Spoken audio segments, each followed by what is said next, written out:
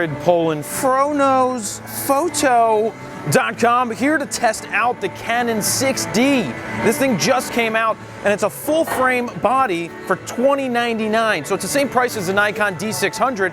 And this video, what you're gonna see me do, well, not just video, you're gonna see me take photos at the hockey game. We're gonna take video of hockey going on, trying the 1080 at 30 frames, and then the 720 at 60 frames a second. We're gonna play with different modes to see what works the best.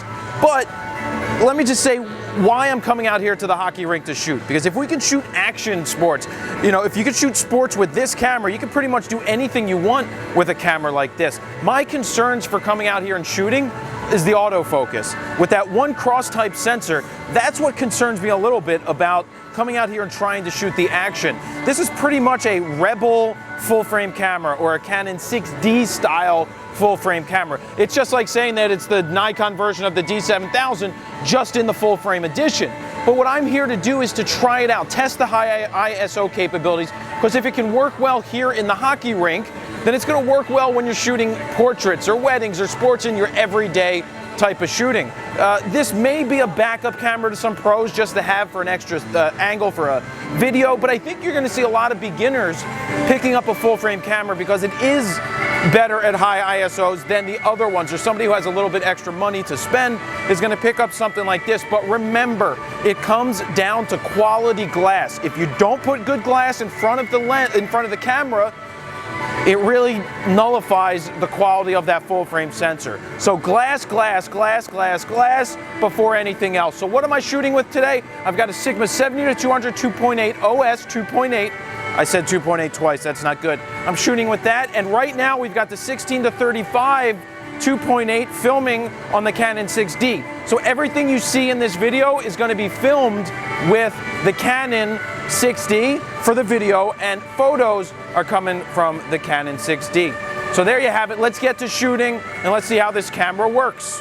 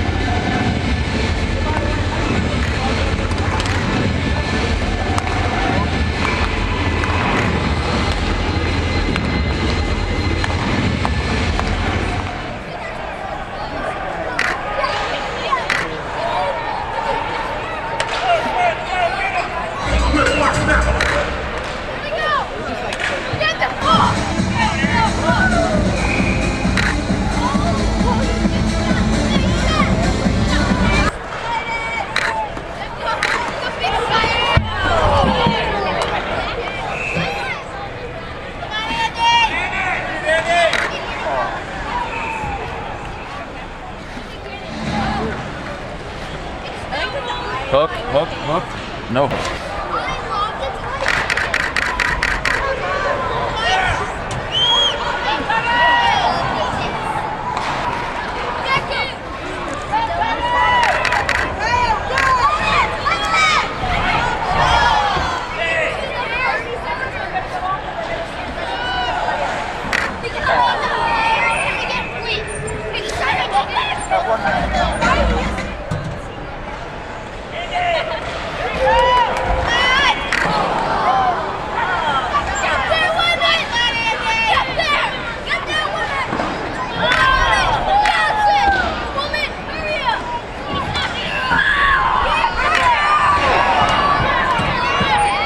Okay, so we just shot the first period using the Canon 6D. Now one of the things I noticed when I set the thing up is how easy the menu system is to go through. I was really pleased with how quickly I was able to just sit there and set it up, especially with the jog dial there. Makes it a lot easier to do. But one of my concerns for this was shooting with how the autofocus was going to work. The one cross type sensor is interesting. Now when I shot on the bench before the game, I had some issues with the focus, I either got it really tack sharp from what I could tell on the screen. I haven't looked at them in the computer yet, so I can't give you a full idea of whether it's really good or not until we sit back down at the computer. But when I looked at it, it was either right on or it looked like it was not really sharp. And the same thing happened starting during the game. It either looked really good in the camera when I zoomed in, or it looked like it was gonna miss, or it was gonna miss, or it was missed after I shot it. So I have to really sit down at the computer and see how that is. Part of the issue may be shooting through the glass, because it's not always easy to shoot through the glass, but it's weird how sometimes it can be really tack through the glass, and then other times it's just missing a lot. Somebody told me to shoot with it left in the middle because of the cross type sensor, so that's where I'm leaving it instead of trying to move it around too much. But right now, only time's going to tell when I can look in the computer and see how the images look to determine whether or not they are tack sharp or not. And then we'll have a more of an idea to talk about that after the game is over. So now I'm going to focus on doing some of the video for this, and then we'll go back and try to get some more still shots and see how we do. But so far, you know, the camera feels fine. The focus is quick, but whether it's on, we've just talked about. But everything else seems to be pretty good. Feels good in the hands. Now it's a little slow on the uptake when you're shooting. I think I maxed out at 5 frames in a row when I was motor driving, spraying and praying just as a sample, just trying to get some images in a row. But you know, that's because I'm shooting RAW plus JPEG. As of right now, Adobe Lightroom doesn't have the editing capability for the RAW file, but I want to shoot the RAW files and I want to shoot the JPEG, so I have both. But I'll look for the editing disc in the Canon box. They may have sent you the DPP, which is their their editing software. So let's get back to shooting and see how we do from here on out.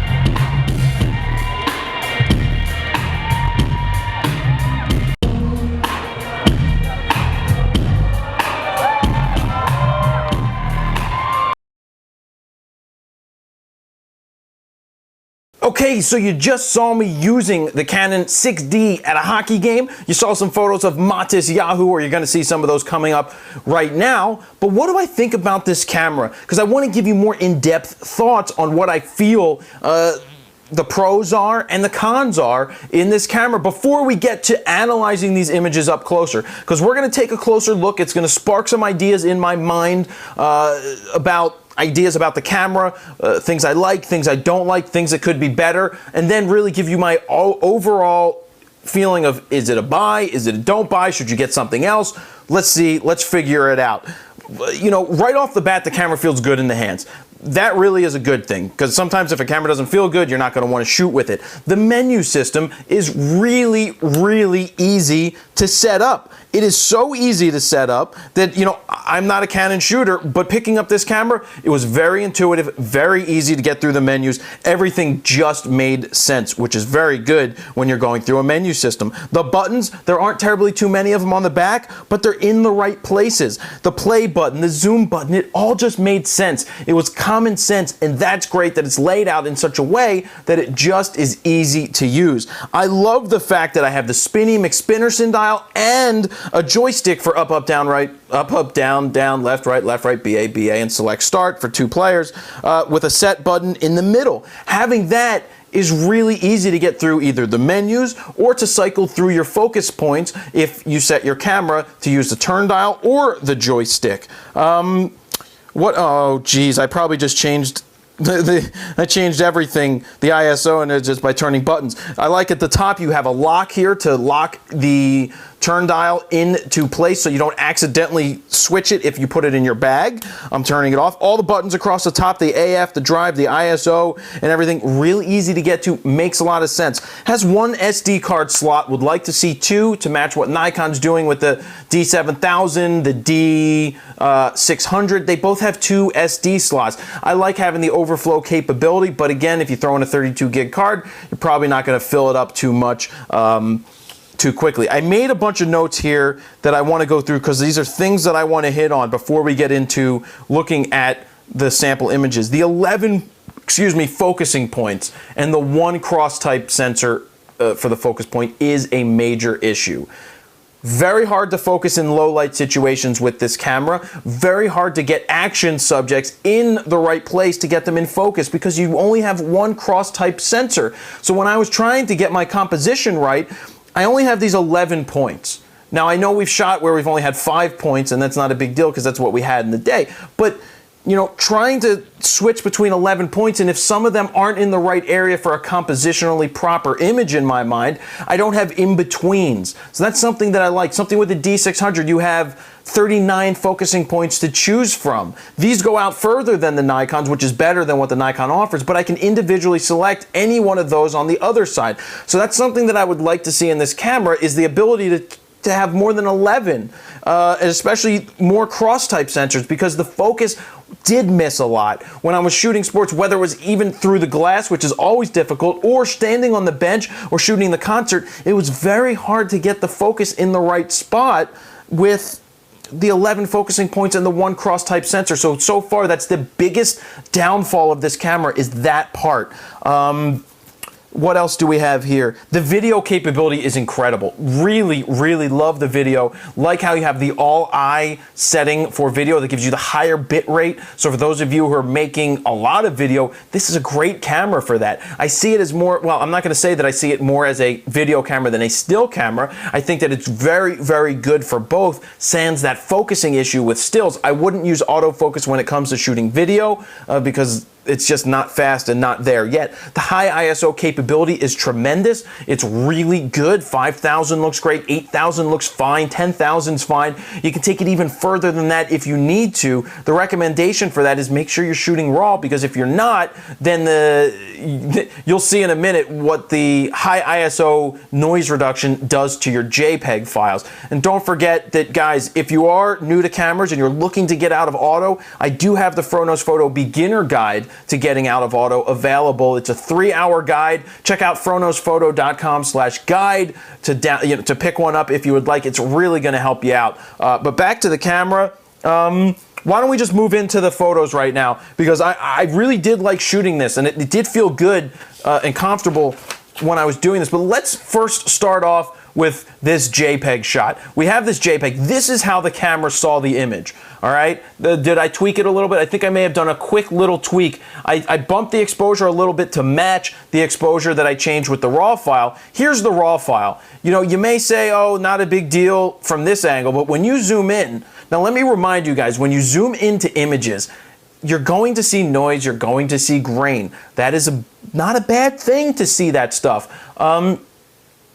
But don't think it's a bad thing if you zoom in 1:1 or 3:1. You're zooming in so far that it's like blowing up a picture to the size of a bus and thinking that you see noise and grain. So here's the JPEG. Look how smooth this looks. I don't like that as much as when I zoom in on the non-JPEG version, which is the RAW file, and you see grain. This is grain. To me, that's sharpness. When you leave the high ISO noise reduction in the JPEG on, it is just smooth. It gets rid of the clarity and the sharpness. Also, if you tried to correct this file, you really can't do very much to it. That's why I love shooting RAW. Keep moving forward. Here's another JPEG file. It's mushy. You look at what should be sharp. It's not. But then when you move to the the RAW file, it's much sharper. This is taken at 8,000 ISO. Look, yes, you see noise and you see this grain when you're zoomed in. But when you go back, it's not so bad. You know, this is a low light situation. This is 8,000 ISO. Just a couple years ago, you could not do 8,000 ISO. This camera is handling it very well. By the way, the Nikon does 6400 ISO natively. This Canon goes further than that, and it's at 8,000. I shot it at 10,000. I shot it higher than that, and I think it did extremely well in low light situations. Moving forward, black and white. This was taken at 10,000 ISO. Let's just zoom in. You know, yes, you're going to see the noise. You're going to see the grain. This image, this is where it started. Boom. That's where it started. And this is where we took it. Not saying one is better, just showing you what the corrections are that you can make. Same thing here. This is the RAW file. Looks really good. You move over to the JPEG, it's not so much. Look what it does to the face. Look at what the noise reduction in the camera does. It smooths it out, and I don't like that. I like having the RAW file. I like this. If you want to add your own noise reduction, you can. I personally do not. This looks good to me. Nice job. Oh, I'm thanking myself. Let's keep moving forward. Had some problems with focus. It was difficult in the low light to get this camera to focus and to find the right place. Right here, it looks like it's focused on the microphone opposed to the eyes. Not a major deal in this case, but it was very hard to focus with this camera. Keep moving forward. We'll get to some of the hockey. I'm very happy with the color that came out of this camera. I'm very happy with how much it pops when I go and I edit it. When you get your images sharp, when the images are in focus and perfect, they look really, really good when you bring them into the computer. I was using the Sigma 70-200 2.8 OS lens, which is a lens that a lot of people will use on a camera like this. When it was on, it was on. It worked well. It's just that the focusing points with the Canon in the camera, very difficult in a concert situation to get focus and to get it locked in the right place because of only the one cross type sensor. Keep moving forward here. Love the color. Color's good. Color's good. Same thing. All right, this is, what are we at? We're at 5,000 ISO. Very happy with the results. Now we're at 6,400. Very happy with the results again. Let's move into the hockey pictures. Okay, nice black and white. I'm doing how I would edit the image. This is a black and white, looks good.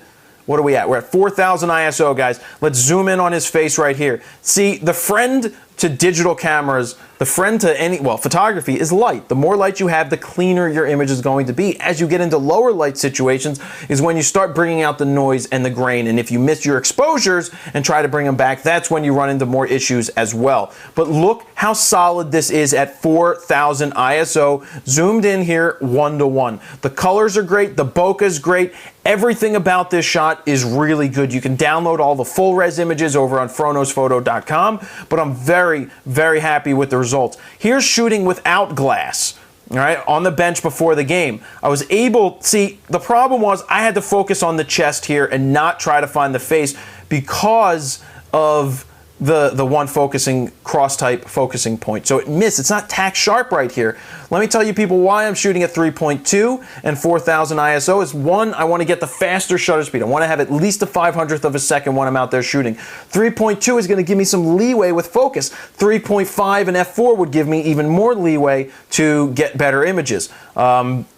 All right, so it's not terrible, but I really do like the colors. I like the thickness. I like the contrast. Once that these files got edited, I am really happy with the results. Very nice.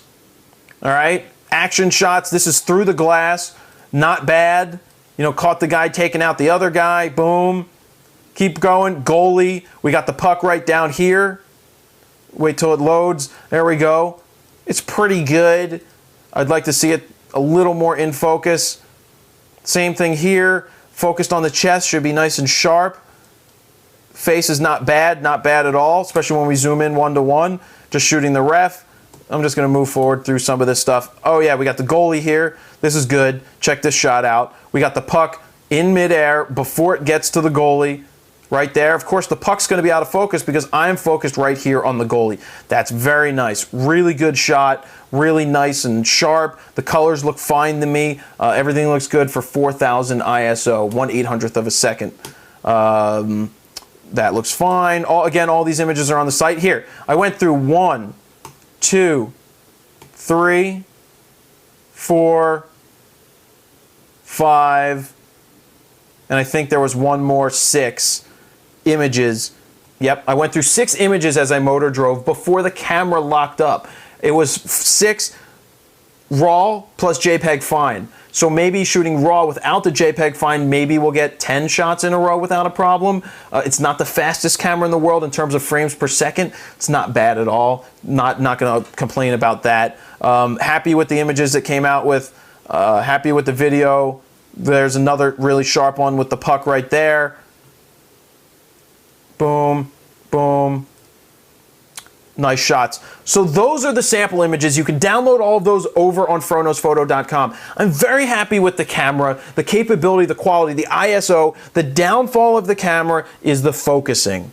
If you're not shooting action sports or things that are moving all the time and you have a chance to get your focus locked using AI, not the servo, but the single, and you can lock it in where you want it and recompose, or you have more time, the camera's going to do a superb job. It's going to do a great job with stills. It's going to do a great job with video. I highly recommend this for somebody jumping into a full frame market if you don't need we all need really good autofocus. For something like sports, I would love to say to anybody out there, if you can get a 5D Mark III, I would think that the focusing system is going to be much better there. But again, if all you can afford is this 6D, it's not bad at all. The high ISO is on par with the D600, if not better in certain situations.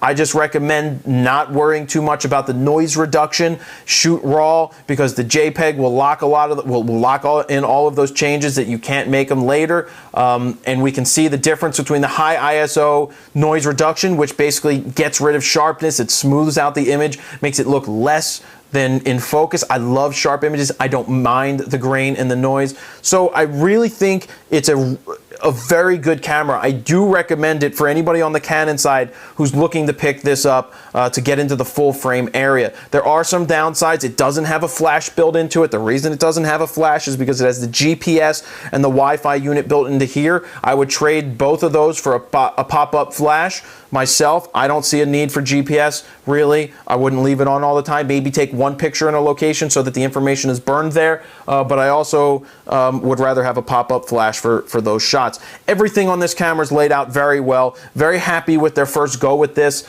Again, the focusing is the issue. If they didn't have the piss poor focusing, atrocious focusing for continuous for the AI servo, then this camera would be a camera that I would be very happy to shoot with. I'm happy to shoot with it now, actually. The video is great. The stills and the quality are very good. I could shoot with this, I could shoot with the Nikon, and I could be happy all day long. For those of you who are looking to see what I think this compared to a D600, I'm going to do a full-on side-by-side discussion of both cameras when I get to Alan's camera, but I'll tell you now, I think it's kind of a toss-up. You could go either way and be happy with it. If your primary focus is to do video, Canon, go with the Canon all the way. The Nikon's good with video, but I think the Canon's going to be even better. And for stills, the autofocus on the Nikon is better, even though it doesn't spread out as far. I have more control over what I want, and I think the focus system is better. It doesn't miss as much as the Canon does. But again, there's pros and cons to both. This is a superb camera in its range. Just the major issue is the focus. I know I've said it a lot. Thank you guys for watching this long into the video, but really, I wanted to do a thorough review, shooting with it in a real-world situation and not overanalyzing anything. I really think it's a solid camera, well thought out. Just wish the focus got better. But if you're looking for a full frame on Canon's end, you can pick this bad boy up at Alan's Camera, and I think you will be happy with it. Don't forget, the point of full frame, you put quality glass on it, you're going to continue to get good photos. Sorry, better quality photos. It doesn't mean that you're going to get great photos just because you put glass on it. A lot comes down to knowing what you're doing. And remember about the Fronos Photo Beginner Guide. Check that out at fronosphoto.com/guide if you're interested in a 3-hour tutorial video that you can pick up to learn from. So good glass on this body is going to give you very good results if you know what you're doing. So I'm going to leave it at that. Thank you guys for watching. Don't forget, you can pick up any t-shirt at the Fronos Photo Store. It helps me keep the site going on. You can sign up for the Fronos Photo email list and get a free guide to capturing motion in low light situations, as well as a 60-minute long video on flash photography. You can do that over at the website. So I thank you guys for watching through this video. Jared Polin, fronosphoto.com. See ya.